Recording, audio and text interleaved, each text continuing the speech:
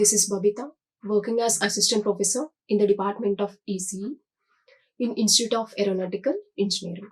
So in this session, I'm going to discuss about Operational Amplifier Integrator. So while coming to the contents, just I'll revise what is meant by Operational Amplifier and why we are moving for this Operational Amplifier, and ideal integrator using Operational Amplifier. And in order to overcome the limitations in the ideal integrator, we are moving for the practical integrator also. So in the case of operational amplifier, the name itself indicating operational amplifier, it is going to perform some mathematical operations like addition, subtraction, multiplication, and integration, differentiation, etc. So these all are the operations can be performed by the operational amplifier along with the amplification. Along with the amplification process, it can able to perform different operations. So that's why it is named as operational amplifier, and it is very high gain amplifier compared to normal amplifier circuits.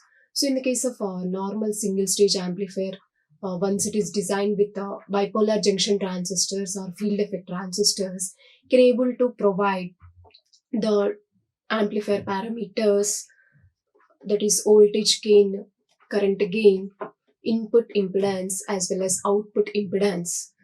So the single stage amplifiers, whatever we are considering, those can be able to provide these parameters, but the single stage amplifiers provided these particular parameters cannot able to run some practical applications. Okay, there is nothing but these values are not sufficient in order to run some practical applications. So now, in order to improve these values, these parameter values in the amplifier, next we move to the multi-stage amplifiers. So in the case of a multi-stage amplifier, by cascading or interconnecting the different single-stage amplifiers, we can able to get the multi-stage amplifier. So the basic function of the multi-stage amplifier is to improve the all parameters of the amplifier. It is nothing but cascading of different stages means the gain values are multiplying at each and every stage here. Suppose if we take two-stage amplifier, means the first stage gain multiplied with the second stage gain. So the overall gain is doubled for the two-stage amplifier. Similarly, if you take the three-stage amplifier, means the gain will be increases by 3 times. So these multi-stage amplifiers are also available in different forms. By interconnecting different configurations of the single-stage amplifiers, we can able to get the different multi-stage amplifiers. And each and every multi-stage amplifier can able to improve one parameter or few parameters. It may not increase all the values or all the parameters of the amplifier, but some multi-stage amplifiers can able to improve some of the parameters only. So depends upon our practical applications, we can choose anyone. So for example, here normal two-stage amplifiers, we are having some Cascode amplifiers, we are having some Darlington amplifiers, we are having. So those particular amplifiers can able to provide some multi-stage amplifiers can able to improve the voltage gain, and few of them can able to improve the current gain, and few of them can able to improve the input impedance, and some of the multi-stage amplifiers can able to reduce the output impedance. So these three parameters we should improve here, and this R0 should be decreased for the faithful amplification without any distortion or without any clipping across the output. So this single stage amplifier can able to amplify the low frequency signals.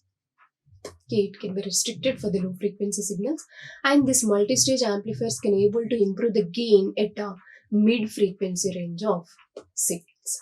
So from the single stage amplifiers, we can able to amplify the low frequency signals, and by using the multi-stage amplifiers, we can able to amplify the mid frequency signals. But what about the high frequency signals here?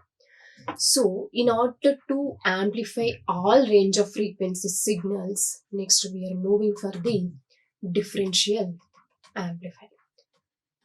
So what is the basic difference between this normal amplifier and this differential amplifier? Means in the differential amplifier, we will use two identical transistors to design this differential amplifiers. So two identical transistors means those characteristics of two transistors are similar, and collector resistances of the transistors are similar, and also the emitter resistance of that particular transistors are also similar.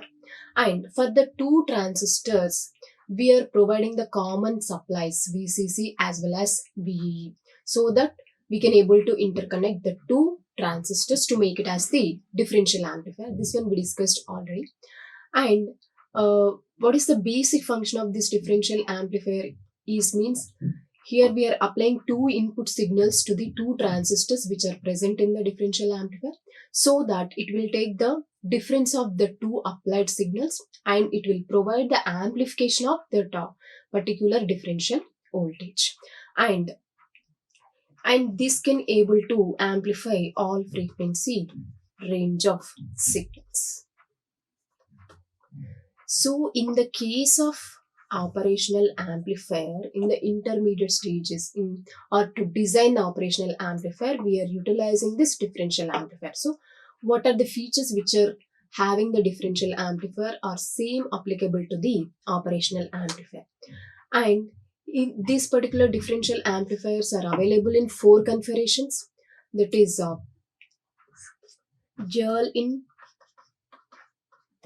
balanced output differential amplifier, and dual in unbalanced output differential amplifier, and single input balanced output differential amplifier, and single input unbalanced output differential amplifier.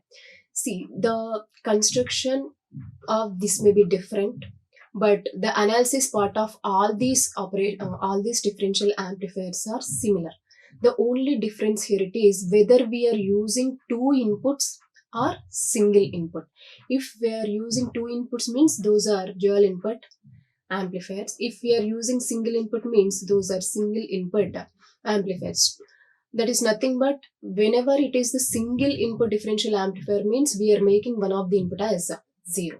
And what is meant by balanced and unbalanced here? Balanced output means we are taking the output across the common point of two collectors in the differential amplifier. And unbalanced means at any one of the collector point of the two transistors we can able to measure the output. So that is the difference. But in the analysis point of view, in all the 4 configurations, it is similar. So in the operational amplifier, we are going to utilize first 3 configurations of the differential amplifier in the input stage, or in the intermediate stage, or in the final stage. So it can able to acquire all the features which are available in the differential amplifier, so that it can able to perform all these operations along with the amplification. So because of this reason, we are moving for the operational amplifier, and it is available in the IC form. The name of that IC is 741.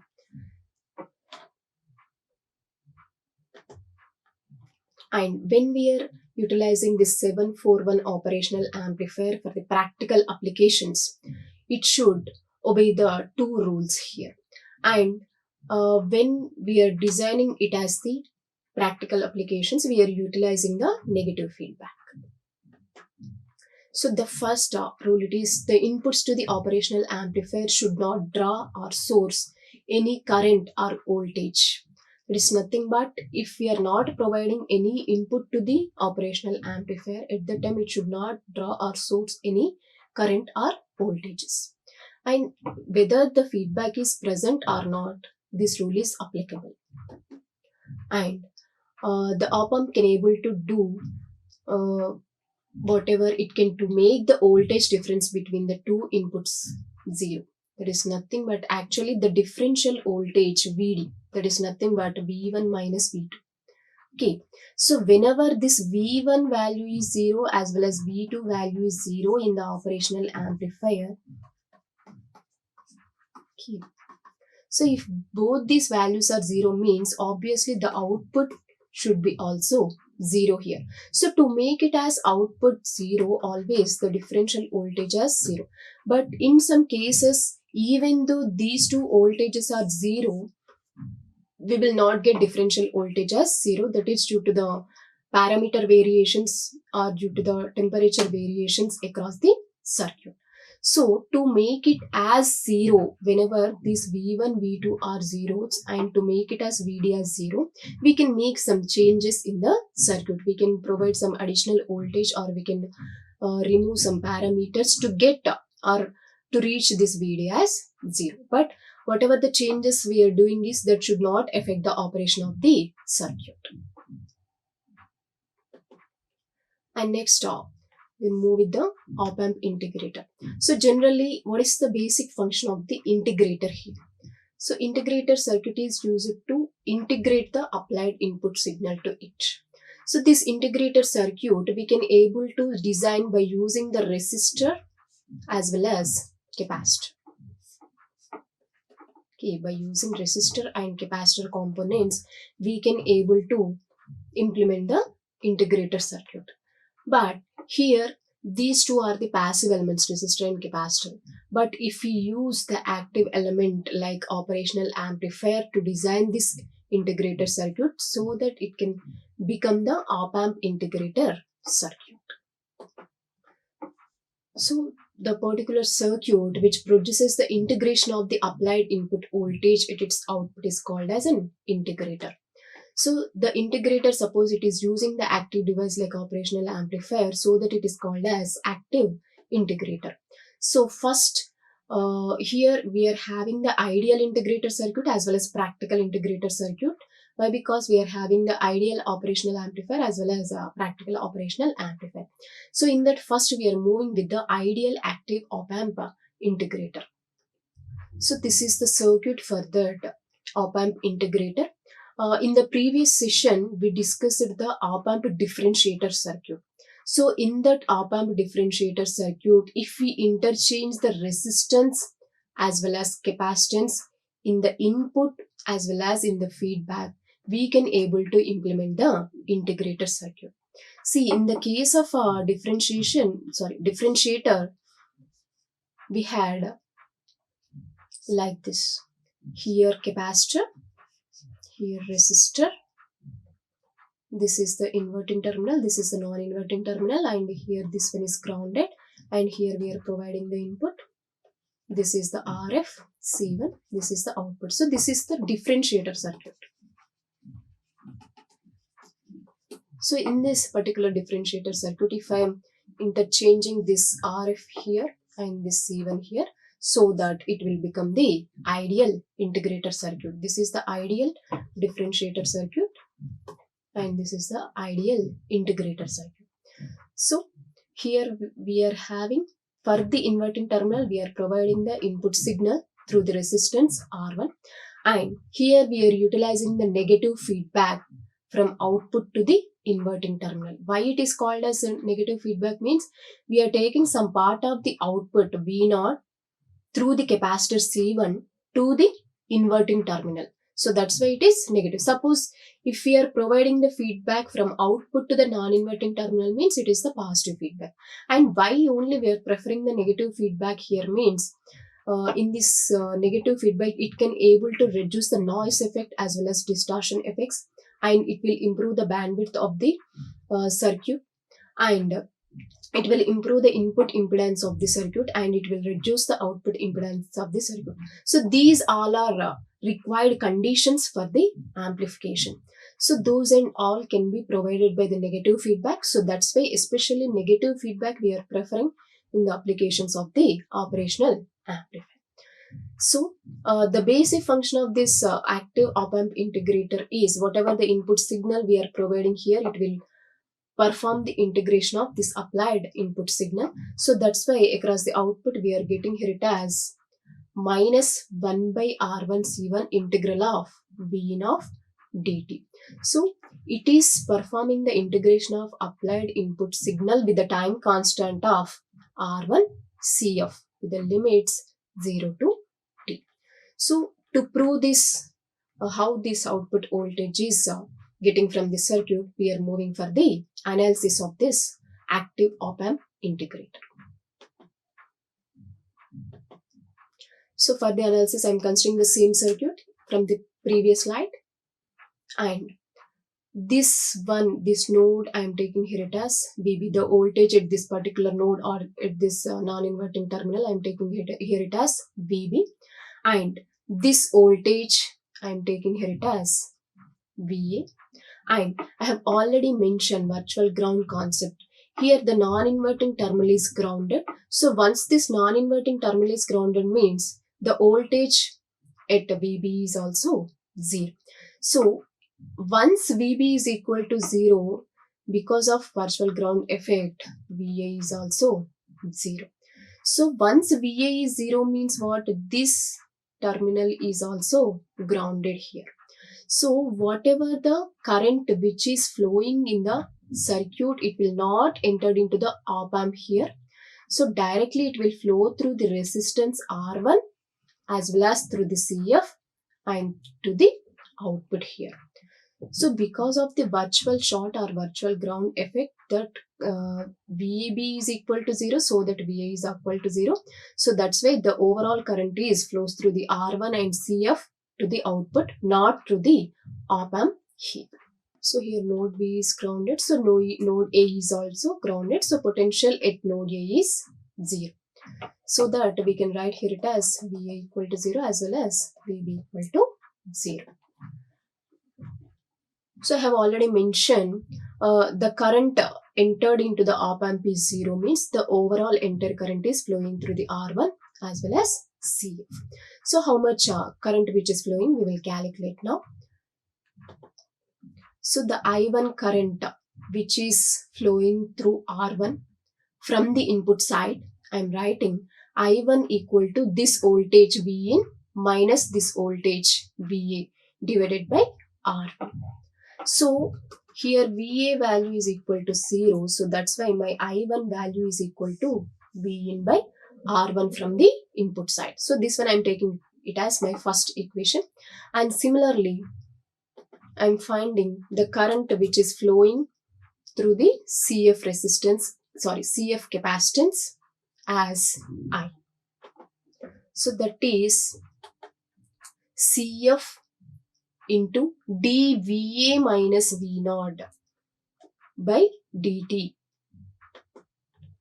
Okay, see, CF into dVA minus V0 by dt, where here VA value is 0. So once this value is 0 means what is the current we are getting here? Minus CF dV0 by dt. So this one I am taking it as my second equation. So now I am equating the first and second equations to find the output voltage of the circuit. That is, from the first equation my current is Vin by R1, and from the second equation my current is minus CF dV0 by dt. So I am applying integration on both sides with the limits 0 to t, so that I will get it as integration of 0 to t Vin by R1 into dt equal to minus CF integral of dV0 by dt. So this integration with get cancelled with this differentiation. So I'll get it as integral of 0 to t Vin by R1 dt is equal to minus CF V0. So from this fourth equation, if I write my output voltage, that is minus 1 by R1 CF integral of 0 to t V0 dt plus V0 of 0 here. So where this V0 of 0 is nothing but the constant of integration, that is nothing but the initial output voltage. So generally this V0 of 0 will not constrain into the analysis. Why? Because the capacitor, whenever we are applying the voltage to the capacitor, at that instant only it will not respond and it will not store the charge. So that's why initial voltage across the capacitor always we will take it as 0. So that's why in overall the analysis I am not going to consider this initial condition here.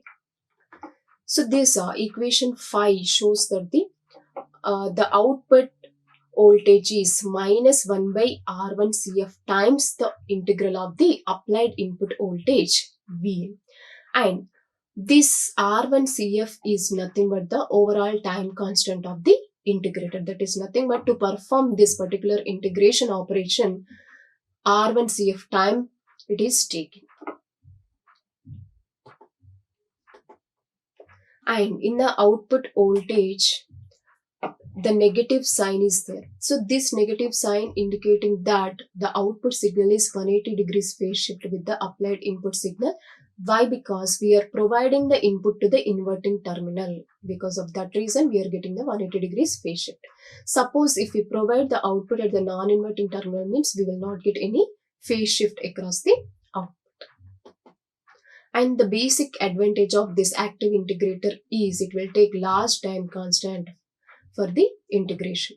So even though it is taking large time constant, then why I'm telling it as advantage means this is 1 by R1 CF. So that's why reversely we will get. So for this ideal integrator circuit, if we apply the different input signals, what is the output signal we are going to get here? So in that first signal I am taking here it as step input. So step input I can represent here it as the rising constant signal with the magnitude A. This is my input Vn of t. This is varying with respect to t here. So mathematically I can represent this step signal as Vn of t is equal to A for t greater than or equal to 0. And this value is 0 for t less than 0. So this particular signal, if I am applying to the integrator, what is the output I'll get?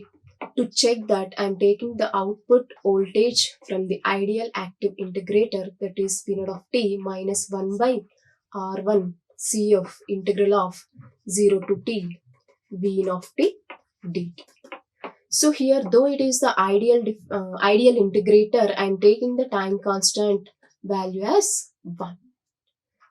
So if I substitute the R1 CF value as well as the input signal value, that is A, we will get it as minus 1 into integral of, this A I am taking outside so that it will become minus A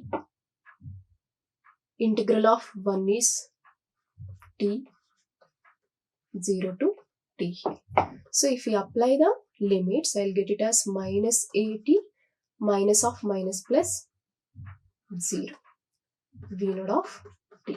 So V0 of t is equal to minus at. So for this step signal, I am getting the output as in this way.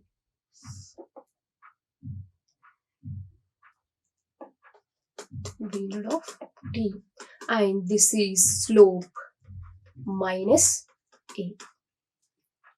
That is nothing but for the step input we are going to get the ramp signal, and that ramp is also negative ramp. For the positive step we will get the negative ramp, and for the negative step we will get the positive ramp because of the negative sign across the output due to the inverting operational amplifier.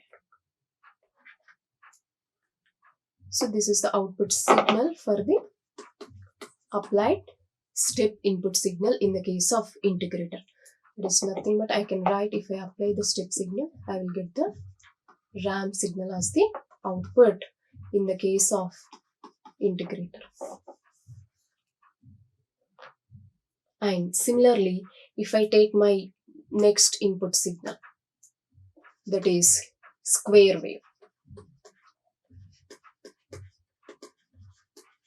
So this square wave signal, how we can form this square wave signal means if we add both the positive as well as negative step signals, we can able to form the square wave signal. That is nothing but I can draw it as, this is the positive step and this is the negative step. So it will repeat for all the cycles. So this value is t by 2 and this is t. This is 0 to t is 1 period. This is my Vn of t. This is varying with respect to t. So I can represent my input signal Vn of t. This value is A within the limits 0 to t by 2, and it is minus A within the limits from t by 2 to t. So if we apply this square wave to the integrator circuit, I'll get the output as the ramp signal only. Again, that is minus 80 as well as plus 80. Both we will get here. Why? Because square wave is the combination of both the positive and negative steps. So for the positive step signal, we got the output as minus 80. And similarly, for the negative step, we are going to get the plus 80. Why? Because minus of minus 80, it will become it as plus 80. So I can draw my output signal for this is V naught of t. It is also varying with respect to t.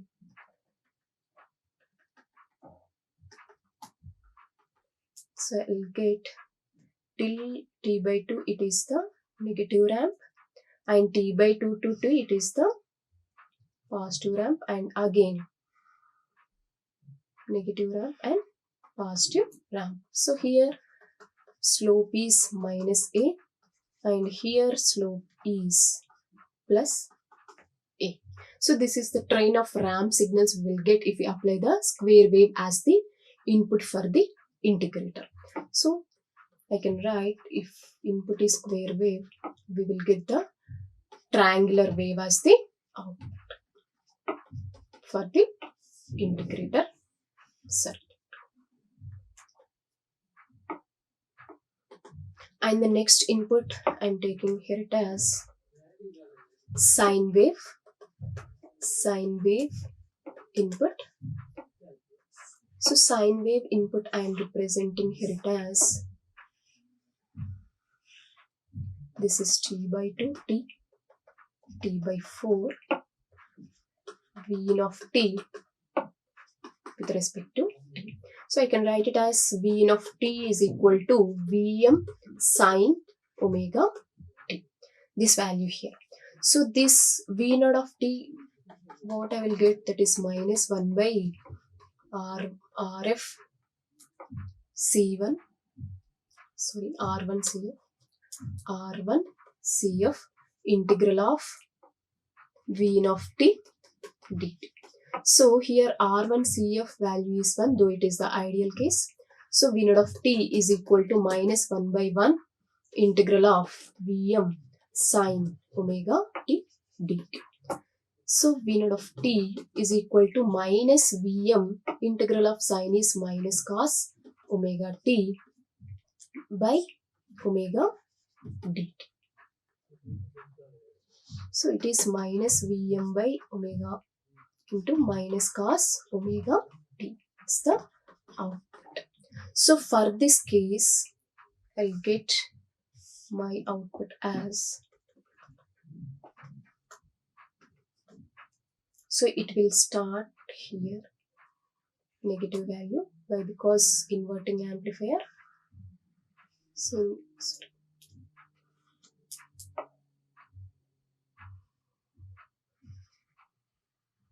this is the cosine signal I can able to get from the sinusoidal input. This is V naught of t. But it's nothing but, if we apply the sine wave as the input, I will get cosine wave as the output in the case of integrator circuit.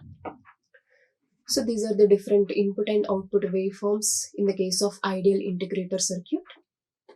So now we will see the frequency response of this ideal integrator circuit. That is nothing but at what frequency, for different frequency signals, how much gain it is going to provide.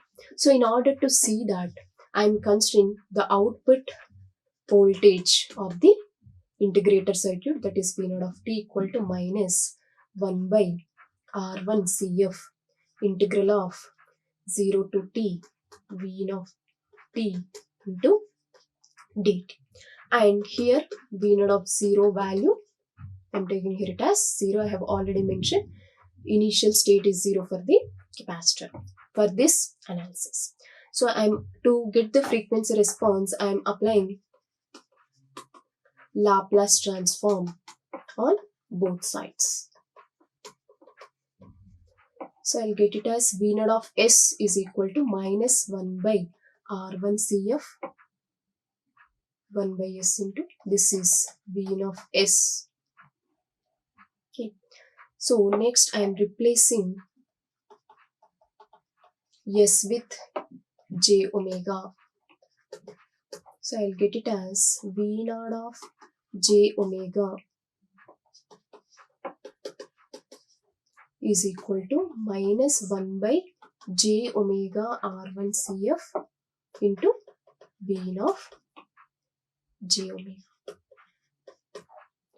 So I'm finding the gain, that is V naught of J omega by V naught of J omega is equal to minus 1 by J omega R1 CF.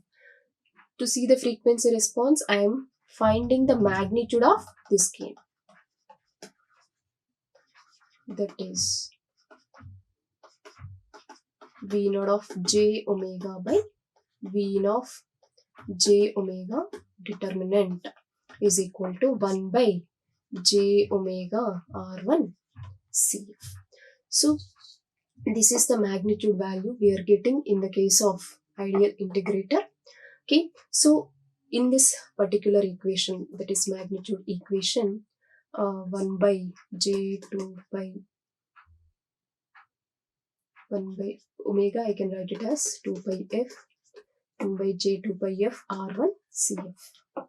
So here suppose frequency of input signal is 0 or else low frequency signal. If we are taking here it as input signal frequency is low, means in this case we will get the gain value as infinity. Why? Because it is in the denominator. So once this gain is infinity means, and also the reactance of the capacitor in this particular case is very high.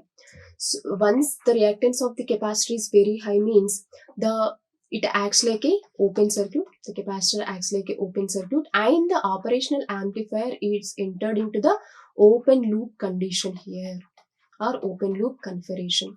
So once it is entered into the open loop configuration means it will provide very high open loop gain. So that is nothing but at low frequencies it can able to provide very high gain. So that's why at zero frequencies or low frequencies the gain value is very high. And once the frequency value is increasing, means the gain value will be decreases. Why? Because the reactance of the capacitor will also less here, so that it can able to pass some amount of this signal, and the op-amp may also be entered into the closed loop configuration, and in that case the gain value is decreasing. So that's why we are indicating with the gain is in reducing form. Okay, and at some particular cutoff frequency, I am taking here it as at f equal to fp is the cutoff frequency of this integrator I am taking. So in that case, if we find the gain, that is 20 log A is equal to 20 log 1 by J 2 by F R1 C. So this value will get it as 0 dB. So at cutoff frequency fp, our gain value is 0 dB. Okay, and we can write this one also as 1 by 2 pi fp r1 cf, where fp equal to 1 by 2 pi r1 cf. So this fp is the cutoff frequency of this ideal integrator. So till this it can able to provide the gain. After that it may not provide the proper gain, and it may enter into the sustained oscillations or variations in the oscillations. So this is the frequency response of the ideal integrator circuit. And this ideal integrator is performing the integration operation. It is well and good, but it is having some disadvantages at low frequencies or at zero frequencies. At zero frequency is nothing but at zero frequency means we are not providing any signal here. So in the absence of the signal for the circuit also, it can providing the input offset voltage as well as bias current. So both the voltage as well as current are available even though input signal is 0. So this input offset voltage and bias current are amplifying in the integrator circuit, and once that particular undesired offset voltage and bias current are amplifying, and those are appearing in the output, but those are not real values and those are not required here. And so that is the drawback. And in some cases, even though this offset voltage and bias current, even though VD is not equal to 0, we are providing some value. In that case also, it is taking some different input offset voltage and bias current values and amplifying that particular values, and it is giving the output as high value, and after some time it will enter into the saturation region. Our pump will enter into the saturation region and we cannot take out from that particular saturation region. So that is the basic drawback of ideal integrator at zero frequencies. And one of the disadvantage here, it is low bandwidth. It can able to amplify the certain range of frequency signals only. So that's why it is having low bandwidth. So in order to overcome these limitations of ideal integrator, we are moving for the practical integrator. So how we can form this practical integrator circuit? See, in the ideal integrator circuit, only we are having this R1 resistance, this capacitance and operational amplifier. So the extra whatever we are adding here, it is feedback resistance RF as well as R compensation resistance we are adding to nullify the problem of ideal integrator and to form the practical integrator. So what is the basic function of this R compensation? Here means in order to reduce the bias compensation problem of the operational amplifier. And the function of the RF resistance is to reduce the low frequency gain of the operational amplifier. So because of these two reasons, we are adding these two resistances in the circuit to make it as the practical integrator. So the same analysis whatever we done for the ideal integrator, same we have to do in the case of practical integrator in order to find the output voltage. So the current which is flowing in the R1 resistance is I here, and current which is flowing in the CF I am taking here it as I1, and current which is flowing in the RF I am taking here it as I2 here. So though this non-inverting terminal is grounded, so the voltage at this non-inverting terminal is 0, and due to the virtual ground concept, this VA value is also 0. So this point is very very important in analyzing any application of the operational amplifier. One terminal is at one particular potential means the other terminal is also at that particular potential only. That may be the 0 or something value. So to find the current I which is flowing through R1, to find that I am writing I equal to this V in minus VA divided by R1. So here VA value is equal to 0. So that's why I equal to V in by R1. This is my first equation. And similarly, the current which is flowing in the CF, to find that I am writing from the output side, that is VA minus V0. CF into dVA minus V0 by dt. That is equal to, here VA value is 0 again. So that's why this value as minus CF dV0 by dt. And similarly, to find the I2 current, that is VA minus V0 by RF. So from this, we will get it as minus V0 by RF. So at this particular node A, I am applying the KCL. If I apply the KCL, I'll get it as I equal to this total current I equal to I1 plus I2. So now substitute all the currents here, I1 and I2. And after that, take the Laplace transform on both the sides. That is V0 of S by R1 equal to minus SCF V0 of S minus V0 of S by RF. So after simplification, we will get it as this much. So here RF value is very large compared to R1 by RF here. This RF value is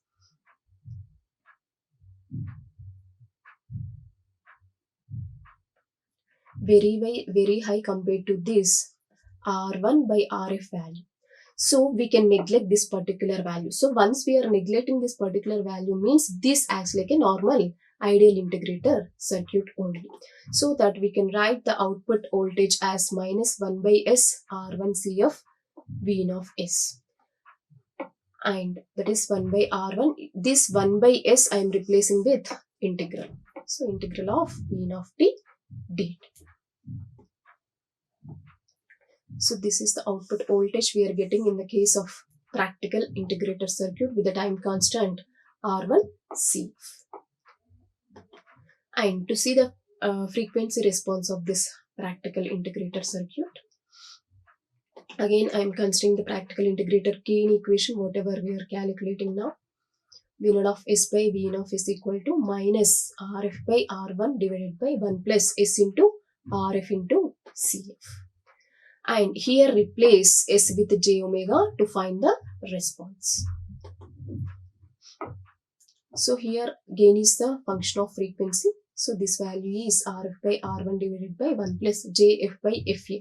Here where FA is nothing but 1 by 2 by RF CF, that is cutoff frequency of the practical integrator circuit.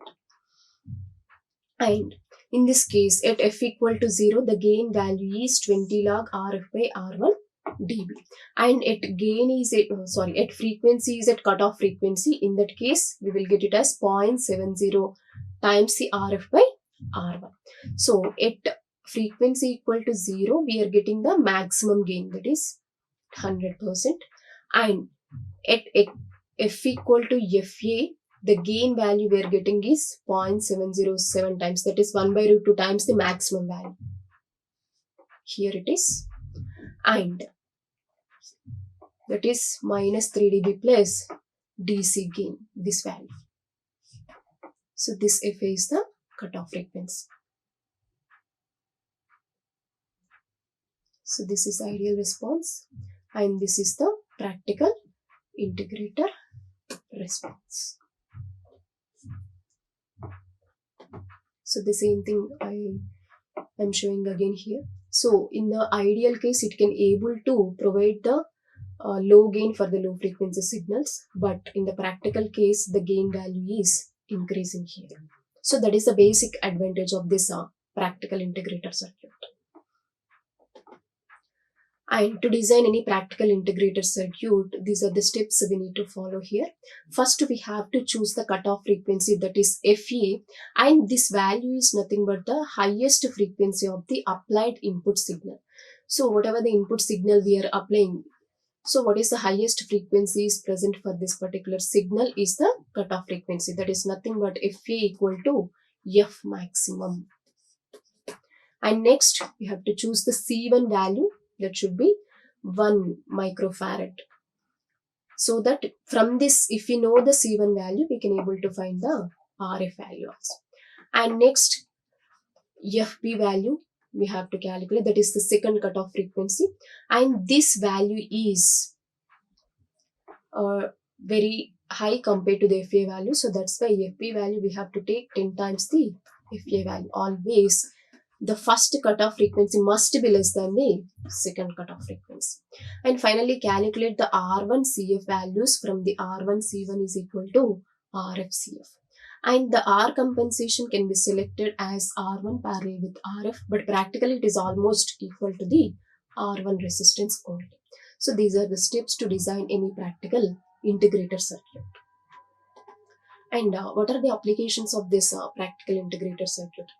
Generally we can utilize in the analog computers and in solving the differential equations, in designing the analog to digital converters, and in various wave shaping circuits, and in order to generate the ramp signals we can utilize this integrator circuit.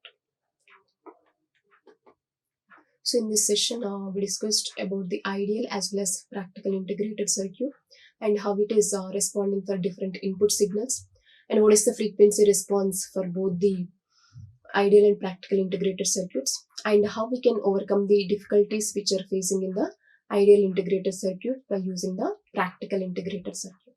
Thank you. Like, share and subscribe. Hit the bell icon for more updates.